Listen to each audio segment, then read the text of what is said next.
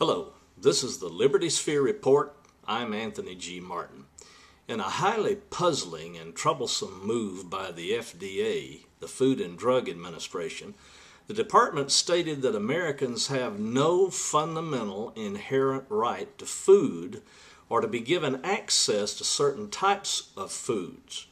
This official position of the federal government has revealed the mindset that is present in the FDA, and it came about as the result of a court case involving the sale and transport across state lines of raw milk, an entity that the dairy corporations wished to ban.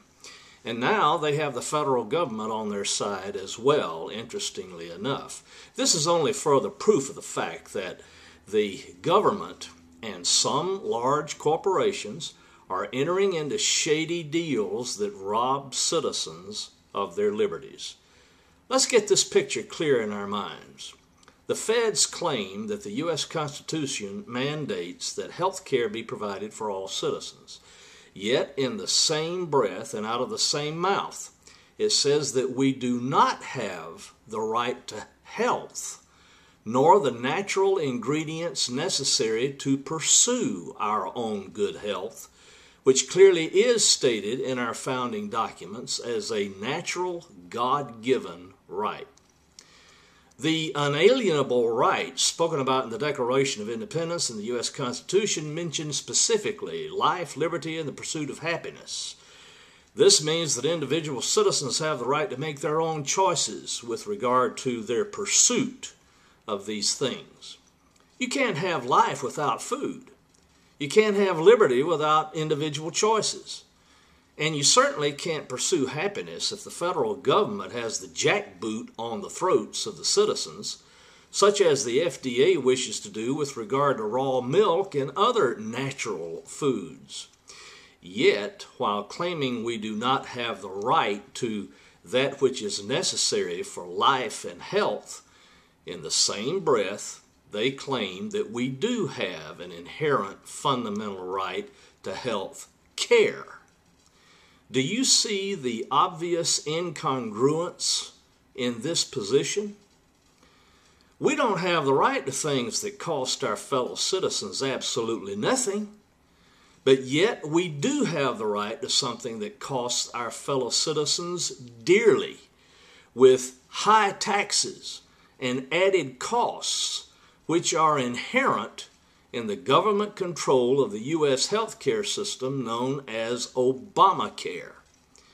This is pure idiocy, and the people who are promoting these wild contradictions are teetering on the edge of feeble-mindedness.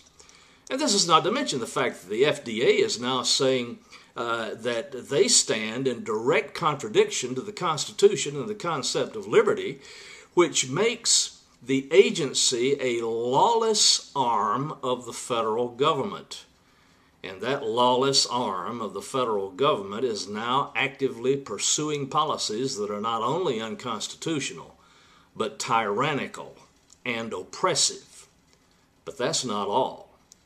Not only do the FDA's new rules, if approved by the powers that be in the ruling class, ban the sale and transport of raw milk, but they also place restrictions on the right of citizens to grow their own food, sell their food that they grow in roadside stands, such as is common throughout America, enter into cooperative agreements with other citizens to form food co-ops, and other such expressions of liberty in a free society. The FDA wants to stop all of that. They want to be able to dictate to you what to eat. They want to tell you what you can and cannot plant in your own backyard.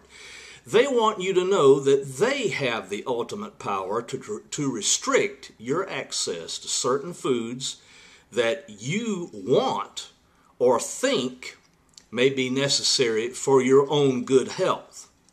And the big grocery industry, along with the large dairy corporations, are cavorting with the FDA to reach these goals of restricting our freedoms. This is yet another absolute outrage, an intolerable act of arrogance by an administration that knows absolutely no constitutional boundaries whatsoever to their unbridled power. This kind of tyranny must be stopped. And until it is stopped, Barack Obama and his administration continues to have the jackboot on the throats of the American citizens. This has been the Liberty Sphere Report. I'm Anthony G. Martin.